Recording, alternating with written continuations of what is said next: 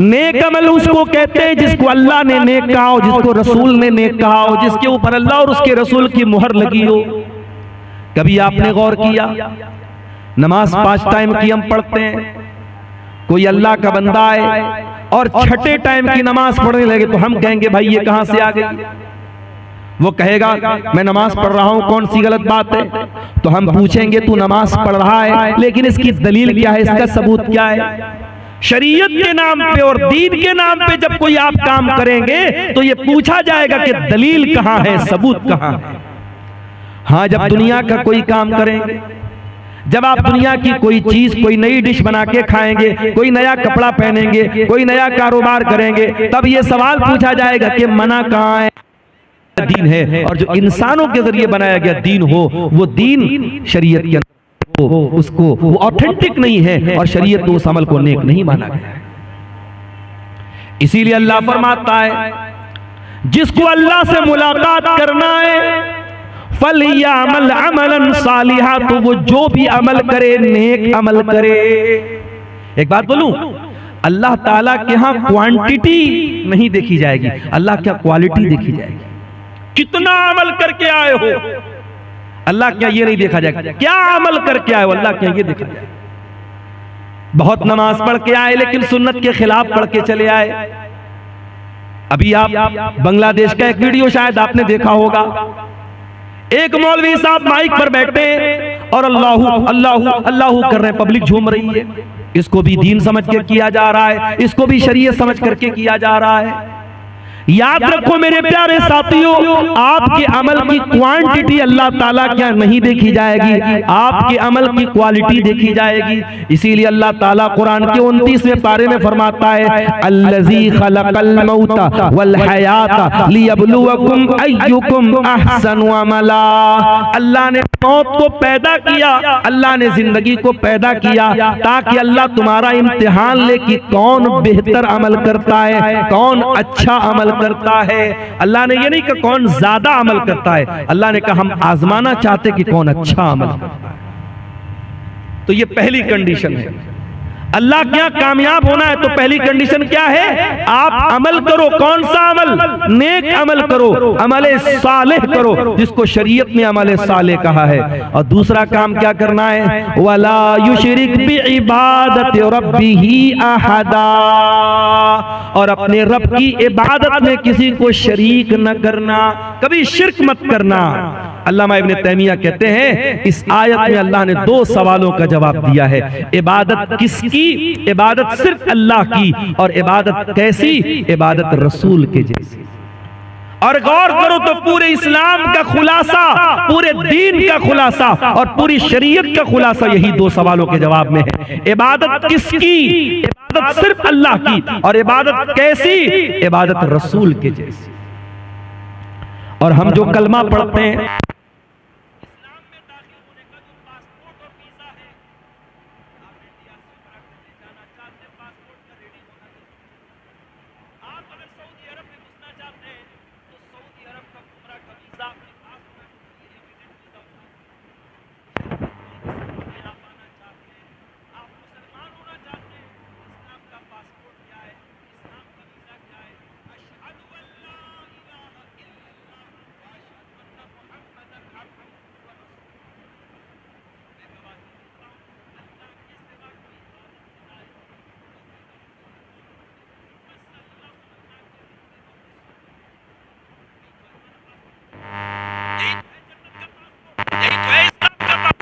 और इसमें 2 चीजें हैं, मैं अल्लाह के सिवा कोई माबूद नहीं, इसकी गवाही देता हूं। ये पहले सवाल का जवाब। इबादत किसकी?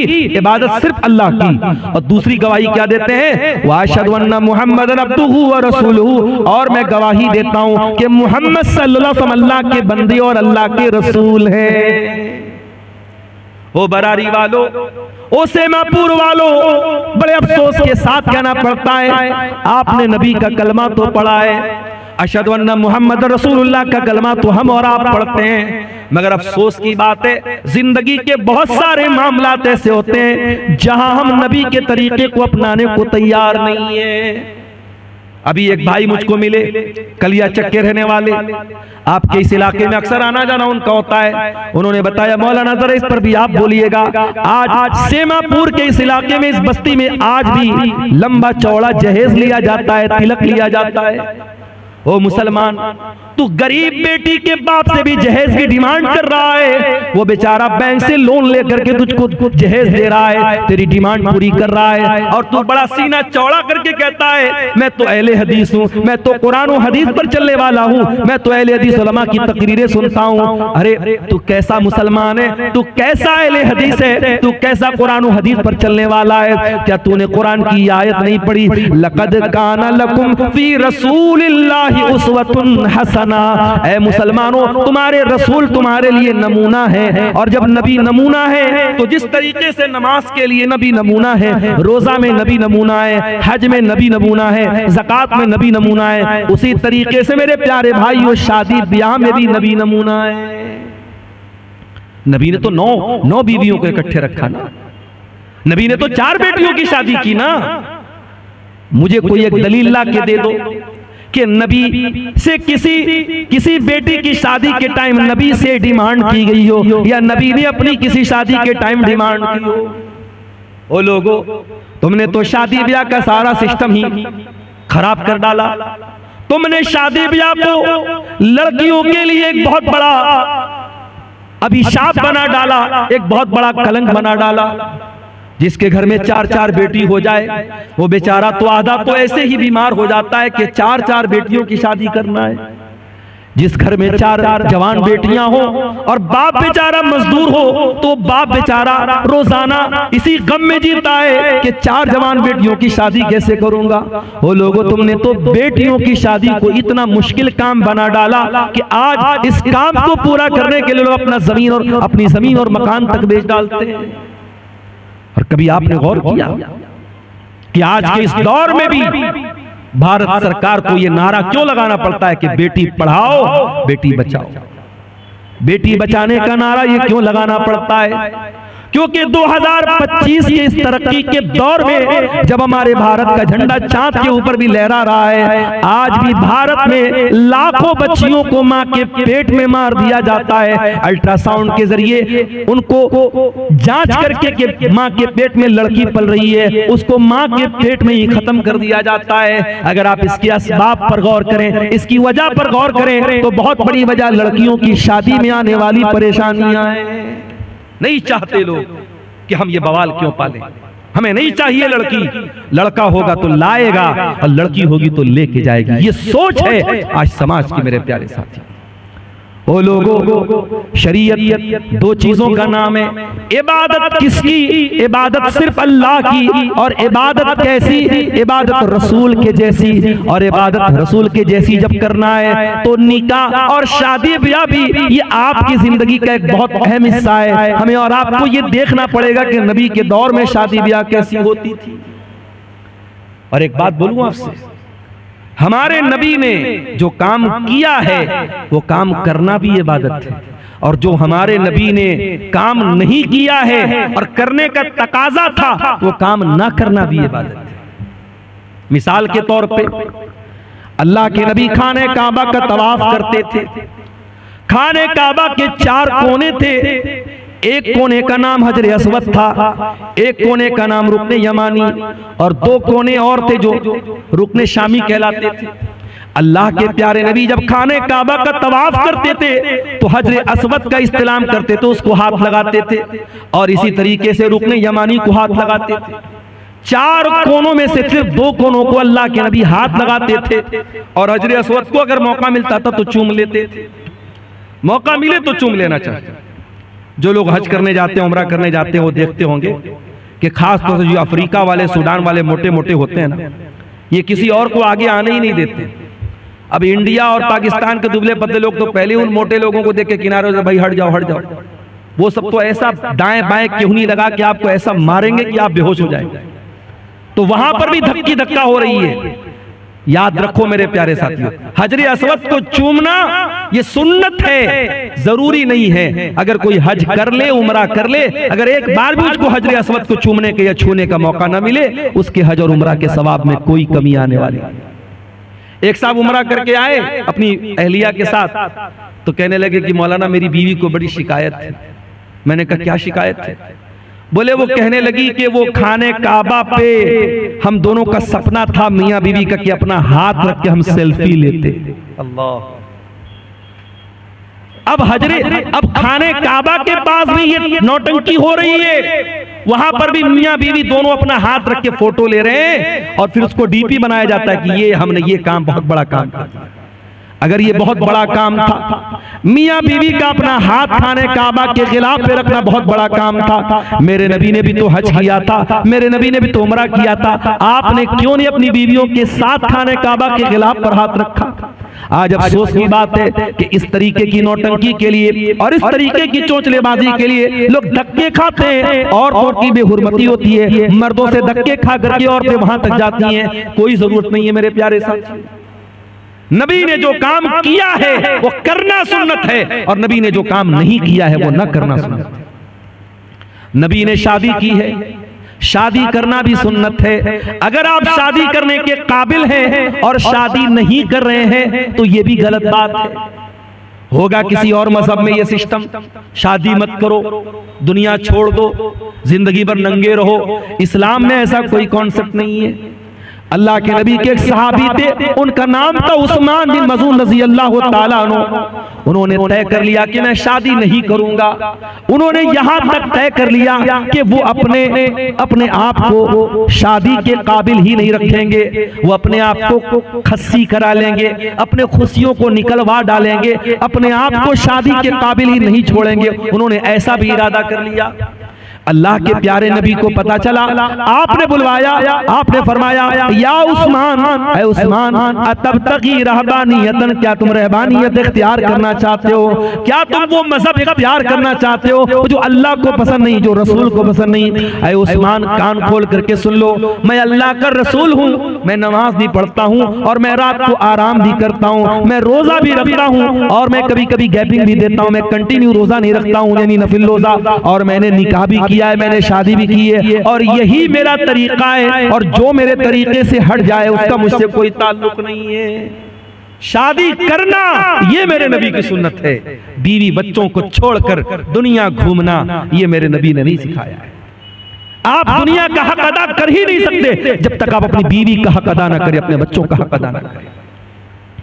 इसलिए मेरे प्यारे साथियों, ये दो उसूल याद रखना। इबादत किसकी? इबादत सिर्फ अल्लाह की, और इबादत कैसी? इबादत रसूल के जैसी।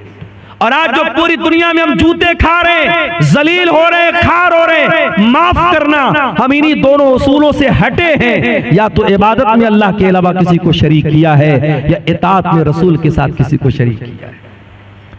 आज आप देख लें, मुसलमान हिंदुस्तान में पहचाना जाता है अजमेर शरीफ से। अजमेर शरीफ से इसकी पहचान होती है कि ख्वाजा साहब की दरगाह पर चादर चढ़ाई जा रही है, प्राइम मिनिस्टर की तरफ से और राष्ट्रपति की तरफ से चादर चढ़ाई जा रही है, और मुसलमान बेचारा बड़ा खुश होता है, हमारी मजार पे प्राइम मिनिस्टर की तरफ से चादर आ रही है। मैं कहता हूं मेरे प्यारे भाइयों, ये मजारों पर चादरें चढ़ाना ये कौन से इस्लाम का तरीका है? अरे तेरी कौम के कितने लोग नंगे सो रहे हैं, कितने तेरे कौम की बच्चियों के तन पर आज भापने को कपड़ा नहीं है, और तू अल्लाह के वलियों के इंतकाल के बाद उनकी कब्रों पर चादर चढ़ा रहा है। और आप जाके पता लगा लीजिएगा, दरगाहों पे चढ़ने वाली ये चादरें ये रोटेट होती रहती हैं। जो चादर आप चढ़ाते हैं वही चादर मार्केट में बिकती है और दोबारा फिर चढ़ाई जाती है, रोटेशन चलता रहता है। ये एक धंधा बन चुका है। इस्लाम में न तो कोई पक्की कब्र की इजाजत है और न किसी कब्र के ऊपर चादर चढ़ाने की इजाजत है। इस्लाम कब्र परस्ती का मजहब नहीं है। हमारे प्यारे नबी ने अपने इंतकाल के पहले अपनी उम्मत को खबरदार किया था, लानल्लाहुल यहूद वन नसारा इत्तखज़ू कुबूर अंबियाइहिम मसाजिद। अल्लाह की लानत हो यहूदियों के ऊपर और ईसाइयों के ऊपर, उन्होंने अपने नबियों की कब्रों को सजदा करने की जगह बना लिया। कब्रों को सजदागाह बना लेना ये लानती लोगों का तरीका है, ये यहूद और नसारा का तरीका है। मेरे प्यारे साथ आज मुसलमान कब्र परस्ती से पहचाना जाता है। आज मुसलमानों के बच्चों के हाथ में और गले में तावीज, ये पहचान है कि वो मुसलमान का बेटा है। अरे तेरे नबी ने तो कभी तावीज नहीं पहना। तेरे नबी ने हसन और हुसैन को दुआएं पढ़ के दम किया, कभी हसन और हुसैन के गले में तावीज न डाला, कभी सहाबा ने अपने बच्चों के गले में तावीज न डाला। तुझे शॉर्टकट चाहिए, तूने इस्लाम का शॉर्टकट बना डाला। तूने नजरे बद से बचने के लिए और जादू से बचने के लिए अपने बच्चों के गले में तावीज डाल दिया। और तूने कुरान, लोग कहते हैं मौलाना साहब तावीज के अंदर कुरान लिखा रहता है, कभी जात के देख लेना, ये तावीज को मैंने खोल के देखा है, कोई कुरान वुरान नहीं लिखा रहता है। तावीज के अंदर कुरान नहीं, शिरकिया चीजें लिखी रहती हैं। या जिब्रील या मीकाईल या इसराफील, फरिश्तों को पुकारा जाता है, फरिश्तों को अल्लाह के सिवा पुकारा जाता है। और अगर 2 मिनट के लिए मान भी लिया जाए कि तावीज के अंदर कुरान लिखा है, तो कुरान तावीज में आप पहने हुए हैं, उसी हालत में बीवी से मुलाकात कर रहे हैं, उसी हालत में लेटरिन में जा रहे हैं, उसी हालत में बाथरूम में जा रहे हैं। क्या ये कुरान की बेहुरमती नहीं है? क्या ये कुरान का अपमान नहीं है? मेरे प्यारे साथी, हर उस अमल से बचो जो अल्लाह की तौहीद से टकराने वाला है। याद रखो मेरे भाइयों, अगर तौहीद गड़बड़ है, अल्लाह के हम कभी कामयाब नहीं हो सकते। इसलिए कि अल्लाह कुरान में कहता है, इन्नहु मन युशरिक बिल्लाहि फक़द हर्रमल्लाहु अलैहिल जन्ना, जो अल्लाह के साथ शिर्क करेगा उसके ऊपर अल्लाह ने जन्नत को हराम कर दिया है। व मअवाहुन नार, और ऐसे इंसान का ठिकाना जहन्नम है। व मा लिज़्ज़ालिमीन मिन अंसार, और शिर्क करने वालों का कोई मददगार नहीं होगा, मुशरिक का कोई मददगार नहीं होगा। लोग कहते हैं ना सरकार का दामन पकड़ लेंगे, सरकार का दामन पकड़ लेंगे। अरे नबी का दामन और नबी की शफाअत किसी मुशरिक को नसीब नहीं होगी। अल्लाह के प्यारे नबी फरमाते हैं, कयामत के दिन मैं उसी के हक में शफाअत करूंगा जो मेरी तौहीद पर कायम, जो अल्लाह की तौहीद पर कायम होगा, जो ला इलाहा इल्लल्लाह के ऊपर कायम है। इसीलिए तौहीद की हिफाजत करो मेरे प्यारे साथी, मरते दम तक कभी शिर्क न करना। ला तुशरिक बिल्लाह, अल्लाह के नबी ने मुआज इब्न जबल को वसीयत की थी, ऐ मुआज इब्न जबल, अल्लाह के साथ किसी को शरीक मत करना। व इन कुतिलता औ हुर्रिकता, तुम्हें कत्ल कर दिया जाए, तुम्हें जला दिया जाए, जल जाना, कत्ल हो जाना, मगर अल्लाह की जात के साथ किसी को शरीक न करना, शिर्क मत करना। मेरे प्यारे साथियों, अपनी पेशानी को अल्लाह के सिवा किसी और के दर पे मत झुकाना। और याद रखो, अगर ये शिर्क हो गया और बगैर तौबा किए इंसान दुनिया से चला गया तो अल्लाह क्या उसकी माफी नहीं है। इन्नल्लाह ला यगफिरु अन युशरक बिही व यगफिरु मा दून ज़ालिका लिमन यशा, जो दुनिया से शिर्क करके चला गया और शिर्क की हालत में मर गया, अल्लाह फरमाता है उस मुशरिक की हम मग़फ़िरत नहीं करेंगे, मुशरिक की अल्लाह ताला के माफी नहीं। अच्छा, मैं एक मिसाल से बात करता हूँ। मकान आपका है, घर आपका है, कोई दूसरा आकर के आपके मकान पे कब्जा कर ले और आपके मकान को अपना मकान कहे, क्या आप गवारा करेंगे? आपकी बीवी निकाह आप करके लाए और आपके बजाय किसी और को शौहर माने, क्या आप गवारा करेंगे? नहीं नहीं, मेरी बीवी है, मेरे अलावा किसी और को नजर भर के देखिए, हम तो ये भी गवारा नहीं करेंगे। जब हमारी गैरत ये तकाजा करती है कि जो चीज हमारी है उस पर किसी और का हक ना हो, अल्लाह तो हमसे ज्यादा गैरत वाला है, अल्लाह तो सबसे ज्यादा गैरत वाला है। अल्लाह की गैरत को गवारा नहीं है कि इबादत में अल्लाह के साथ किसी को शरीक किया जाए। तो इबादत किसकी? इबादत सिर्फ अल्लाह की। अब आओ जरा दूसरे सवाल पर हम गौर करें, इबादत कैसी? इबादत रसूल के जैसी। आज एक नमाज आप पढ़ते हैं, किसी मस्जिद में चले जाओ, कोई सीने पर हाथ बांध रहा है, दूसरी मस्जिद में चले जाओ नाफ के नीचे हाथ बांध रहा है, तीसरी मस्जिद में चले जाओ हाथ छोड़ के नमाज पढ़ रहा है। एक नमाज इस्लाम की इबादत है, 36 तरीके से नमाज पढ़ी जा रही है, हर मस्जिद में एक नया तरीका है। एक मस्जिद में गए, अस्सलामु अलैकुम व रहमतुल्लाह, अस्सलामु अलैकुम व रहमतुल्लाह कहने के बाद इमाम साहब और मुक्तदी लोग जोर से कहते अल्लाहु अकबर, अस्तगफिरुल्लाह, अस्तगफिरुल्लाह, अस्तगफिरुल्लाह। दूसरी मस्जिद में गए, इमाम ने सलाम फेरा, जल्दी से हाथ उठाया, इमाम दुआ करने लगा, पीछे मुक्तदियों ने भी हाथ उठाया और इमाम की दुआ पर आमीन कहा। नमाज के तरीके में इतना मतभेद क्यों है? नमाज के तरीके में इतना फर्क क्यों है? क्यों अपने अपने मसलक की तरीके की नमाजें बना के आपने रखी हैं। आओ मेरे प्यारे साथियों, आज इस स्टेज से, मदरसा इस्लाहिया के इस स्टेज से आपको इत्तेहाद की दावत देता हूं, आपको एकता की दावत देता हूं। आओ नमाज का वो तरीका चलेगा जो जनाब मोहम्मद रसूलुल्लाह सल्लल्लाहु अलैहि वसल्लम ने बयान किया। और आपने फरमाया सल्लू कमा रायतुमूनी उसल्ली, ऐ मेरी उम्मत के लोगों उस तरीके पर नमाज पढ़ते रहो जिस तरीके पर तुमने नमाज मुझको पढ़ते हुए देखा है। नबी का ये कहना कि मेरे तरीके पर नमाज पढ़ते रहो, नबी का ये कहना इस बात की दलील है कि कयामत तक वो तरीका महफूज रहेगा। और आज भी हदीस की किताबें बताती हैं कि अल्लाह के नबी जब तशहुद में बैठते थे तो कहां पर उंगली हिलाते थे, कहां पर उंगली को हरकत देते थे। जब आप रुकू में जाते थे तो घुटनों को कैसे पकड़ा करते थे, जब आप सज्जे में जाया करते थे तो आपकी नाक जमीन पर होती थी कि नहीं थी, आपकी पेशानी जमीन पर होती थी या नहीं थी। एक एक तरीका आपका नमाज का हदीस की किताबों में मिलेगा। तो इबादत कैसी, इबादत रसूल की जैसी। ये इतना नाजुक मामला है कि आप इसमें कोई फेर बदल नहीं कर सकते। चलिए एक मिसाल आपको देता हूं, बहुत प्यारी मिसाल है, इसको जरा गौर से सुनिए। हदीस कहां पर है? बुखारी में भी है, मुस्लिम में भी है। रावी कौन है? बरा इब्ने आज़िब कहते हैं अल्लाह के प्यारे नबी ने मुझसे फरमाया इज़ा तैत मज़जाका, ऐ बरा जब तुम बिस्तर पे सोने जाओ तो पहले तुम वजू कर लिया करो। हमारे पास कुछ औरतों का फोन आया, मौलाना साहब बड़े डरावने सपने आते हैं, मौलाना साहब रात में डरावने सपने आते हैं, जिन्नात परेशान करता है, जादू से परेशान है। चलो एक तरीका तुमको बता रहा हूं, कभी जिन्नात परेशान नहीं करेंगे। जब भी रात में बिस्तर पे सोया करो तो वजू करके सोया करो। वजू करके सोना ये नबी की सुन्नत है। नबी अकरम ने फरमाया कि ऐ बरा जब तुम बिस्तर पे सोने जाओ तो वजू कर लो। कौन सा वजू? जो नमाज के लिए करते हो, जो जनरल वजू है, जो आम तरीका है वजू करने का।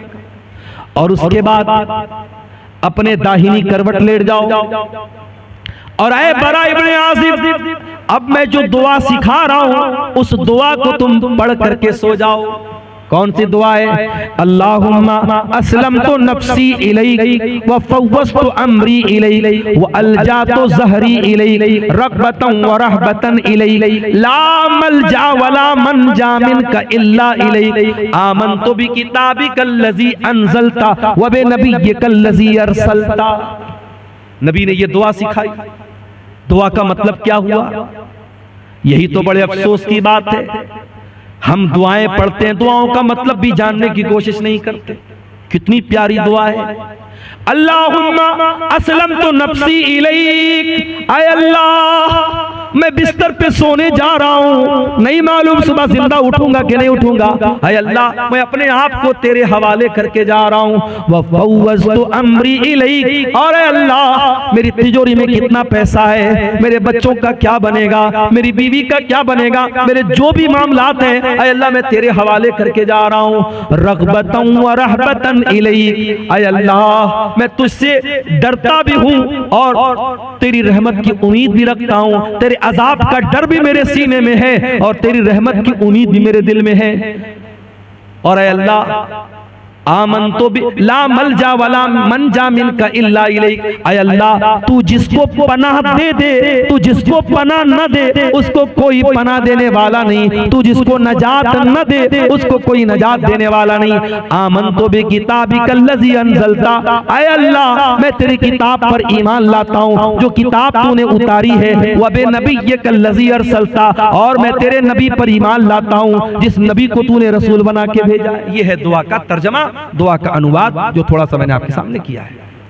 अब जरा गौर से सुनिए, नबी ने दुआ सिखाई, कहा कि ऐ बरा दाहिनी करवट लेट जाना वजू करके और ये दुआ पढ़ लेना, उसके बाद कुछ मत कहना, सो जाना।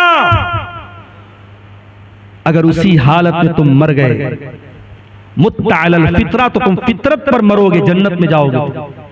अगर ये दुआ पढ़ के मर गए तो जन्नत में जाओगे, जन्नती तुम्हारी जन्नत पक्की हो जाएगी। अगर इस दुआ को पढ़ के इसी अकीदे पर तो दुनिया से चले।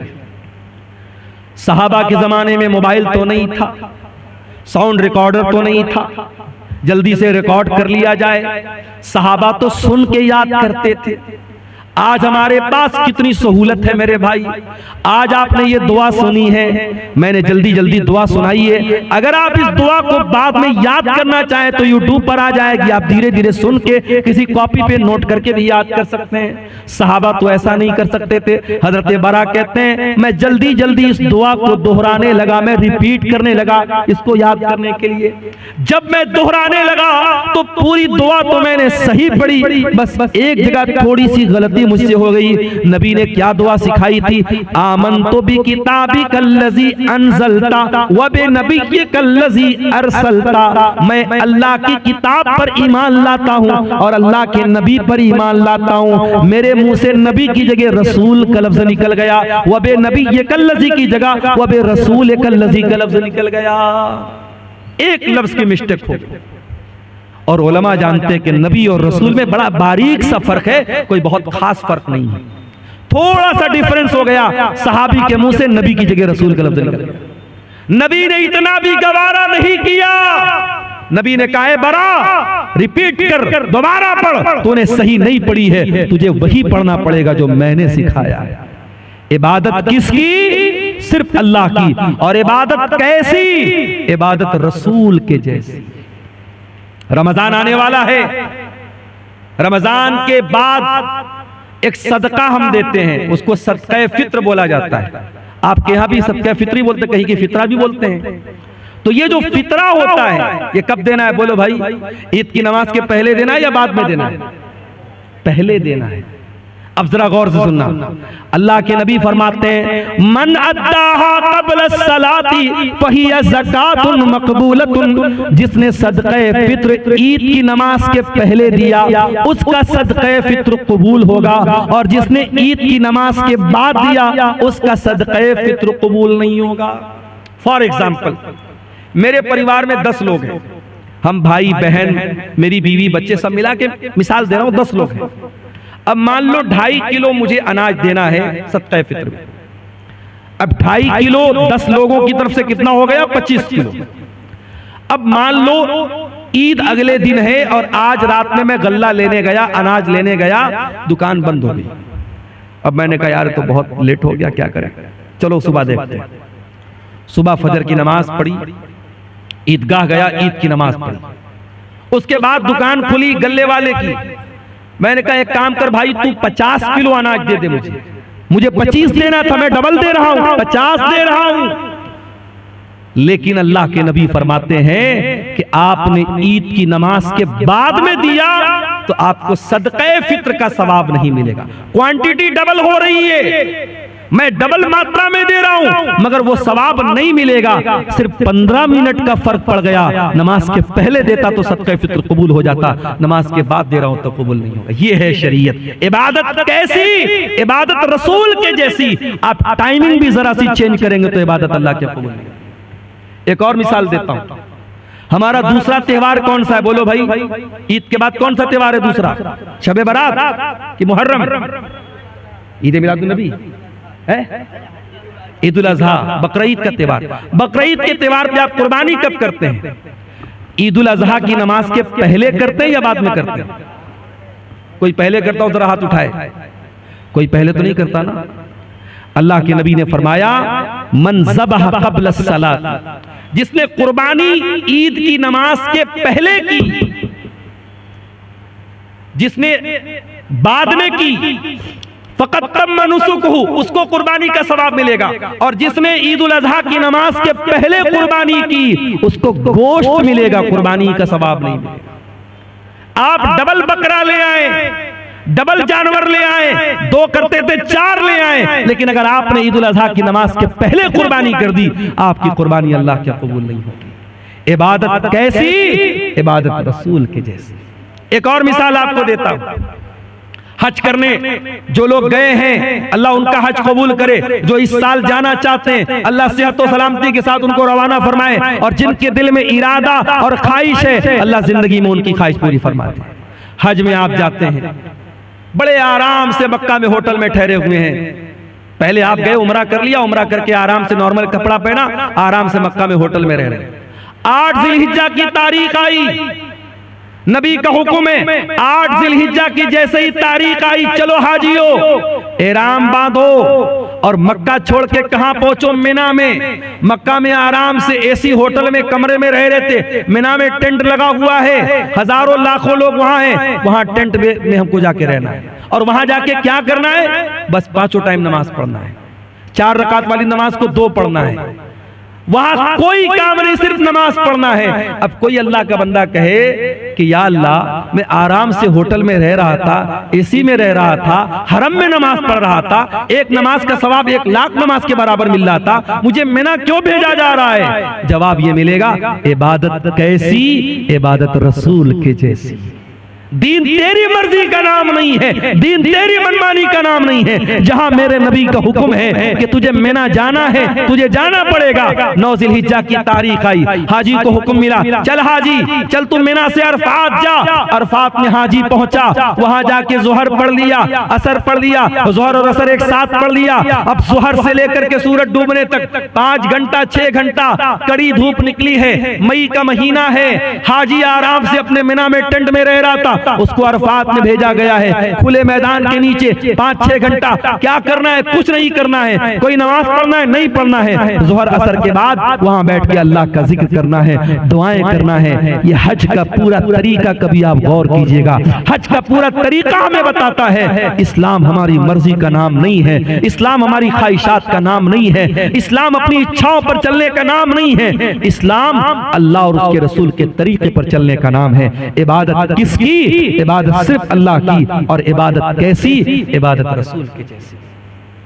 मेरे अजीजों, आज अफसोस की बात है कि मुसलमान अपने आप को मुसलमान भी कहता है, नबी का कलमा पढ़ने वाला भी कहता है, और दीन में मनमानी करता है, दीन में नई नई बिदअतें निकालता है। मुसलमान भूल गया, उसके नबी अपने हर खुतबे में कहते थे, व शर्रुल उमूरि मुहदसातुहा व कुल्लु मुहदसतिन बिदा व कुल्लु बिदअतिन ज़लाला व कुल्लु ज़लालतिन फिन्नार। दीन के अंदर हर नया काम बिदअत है और हर बिदअत गुमराही है और हर गुमराही जहन्नम में लेकर के जाने वाली है। ये बिदअतें हमारा दुनिया में भी जीना हराम कर रही हैं। अभी मैं नौगछिया से आपके कटिहार आ रहा था, मुझे किसी ने बताया वहां पे कोई उर्स हो रहा है।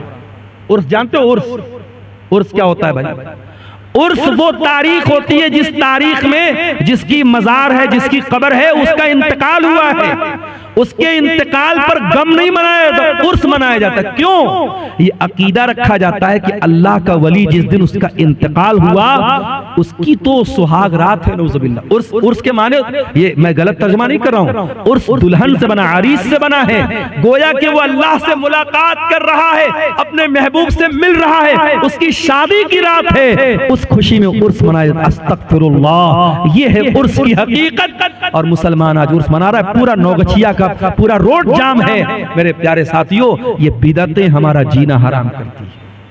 आज आप देख लो, इस्लाम के ऊपर अमल करने में कोई ट्रैफिक जाम नहीं होता, इस्लाम पर अमल करने में किसी के लिए कोई मसला खड़ा नहीं होता। मसला तब खड़ा होता है जब हम बिदात और खुराफात में मुब्तला होते हैं। और अल्लामा इकबाल ने सही कहा था, ये उम्मत रिवायात में खो गई, हकीकत खुराफात में खो गई। मेरे भाइयों, बिदात से बचो। और आखिरी बात बयान करके बात खत्म कर रहा हूं, ये बिदात जो होती है ये आखिरत में भी बहुत घाटे का सौदा बनेगी, आखिरत में भी बहुत नुकसान पहुंचाएगी। अल्लाह के नबी जब कयामत के दिन अपने उम्मतियों को कौसर का जाम पिलाएंगे तो कुछ ऐसे लोग आएंगे जिनके हाथ और पैर चमक रहे होंगे वजू की वजह से, वजू की वजह से उनके हाथ पैर चमक रहे होंगे। अल्लाह के नबी उनको कौसर का जाम पिलाना चाहेंगे। फरिश्ते कहेंगे, अल्लाह के नबी आप इनको नहीं पिला सकते। अल्लाह के नबी भी कहेंगे, ये तो मेरी उम्मत के लोग हैं, ये तो मेरे मानने वाले लोग हैं, मेरा कलमा पढ़ने वाले लोग हैं।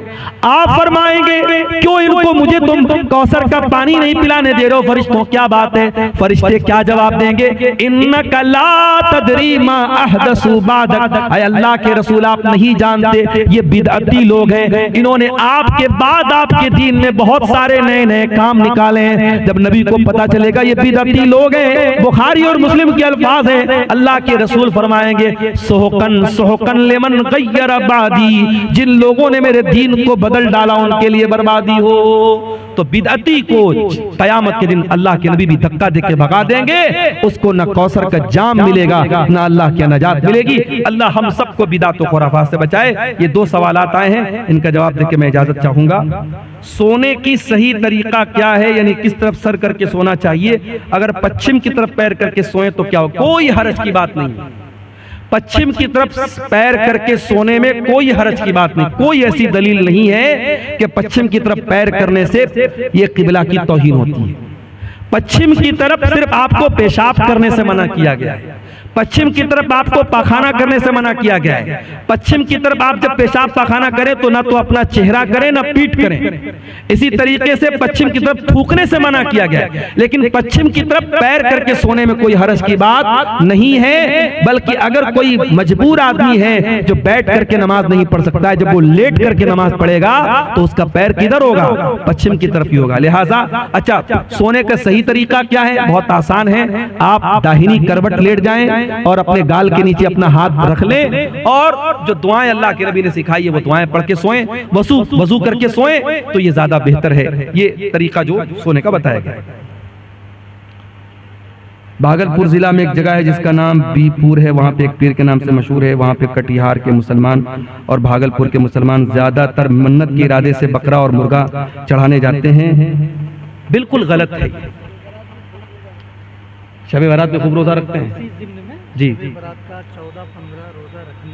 देखिए, शबे बारात का रोजा साबित नहीं है, लेकिन हर महीने की चांद की 13, 14, 15 तारीख का अय्याम 20 का रोजा, जो चांदनी रातों का रोजा होता है, वो अल्लाह के नबी रखते थे। तो अगर आप हर महीने रखते थे तो शाबान में भी रखिए। अगर शाबान में आप रखना चाहते हैं 13, 14, 15 का आप रोजा रख सकते हैं, लेकिन खास 15 शाबान का शबे बारात का रोजा बिल्कुल गलत है, उसका कोई सबूत नहीं।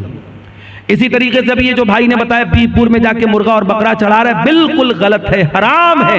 वमा उहिल्ल बिही लिगैरिल्लाह, अल्लाह के सिवा किसी और के नाम से अगर जानवर ज़बा हो रहा है, शिर्क है। न तो उस जानवर का गोश्त खाना जायज है और ऐसा करना अल्लाह के साथ शिर्क करना है। जिस तरीके से नमाज इबादत है, रोजा इबादत है, उसी तरीके से जानवर ज़बा करना भी इबादत है। जानवर आप सिर्फ अल्लाह के नाम से ही ज़बा कर सकते हैं। इसीलिए जो मैकडॉनल्ड में जाके चिकन खाते हो, पता लगा लो कि वो ज़बा वाला जानवर है कि नहीं है। अगर मैकडॉनल्ड में झटका वाला है या मशीन के जरिए काटा गया जानवर है, अल्लाह का नाम नहीं लिया गया है, तो वो चिकन और मटन आपके लिए खाना जायज नहीं। जहां भी होटल में खाना खाओ, तहकीक कर लो। अगर इत्मीनान नहीं है तो वेज खा लो, नॉन वेज मत खाओ। कोई ऐसा गोश्त मत खाओ जिसके बारे में डाउट है कि उस पर अल्लाह का नाम लिया गया या नहीं लिया गया है। यही बातें हैं जिन पर मैं आपसे इजाजत चाहता हूँ। अल्लाह से दुआ है रब्बुल आलमीन हम सबको कहने सुनने से ज्यादा अमल की तौफीक अता फरमाए। आमीन व आखिर दावाना अल्हम्दुलिल्लाहि रब्बिल आलमीन वस्सलामु अलैकुम व रहमतुल्लाह। और एक छोटा सा सवाल है कमेटी की तरफ से, कबीराज से इलाज कराना कैसा है? हमारी बिरादरी की औरतों का बहुत ज्यादा भरोसा रहता है। कौन है कबीराज? कोई भी ओझा, देखिए झाड़ फूक करने वाला। देखिए, अगर कोई हकीम है, कोई वैद है जो दवाओं से इलाज कर रहा है, तो उससे तो आप इलाज करा सकते हैं, चाहे वो मुसलमान हो या गैर मुस्लिम। लेकिन ये कबीराज कोई साहब है, अब अगर वो टुटके से इलाज कर रहे हैं, कुछ मंत्र वंत्र पढ़ रहे हैं, तो ऐसे इंसान के पास जो मंत्र वगैरह के जरिए या ये कह लीजिए जादू के जरिए या ये कह लीजिए अपनी रूहानी ताकत के जरिए इलाज कर रहा है, उसके पास जाके इलाज कराना हराम है। ऐसे बहुत सारे ओझा और बाबा होते हैं, वो मरीज को ऐसे हाथ लगा देते हैं, मरीज ठीक हो जाता है। ये सब शैतानी ताकतें हैं, कभी खबरदार इनके पास नहीं जाना। आप तकलीफ बर्दाश्त कर लो, लेकिन शिर्क के अड्डों पर मत जाओ मेरे प्यारे साथियों, बिल्कुल ये गलत है। और मुसलमान औरतें अगर वहां जा रही हैं, गलत कर रही हैं, उनके घर के गार्जियन को चाहिए कि अपने घर की औरतों को ऐसा ना करें। ठीक है सर।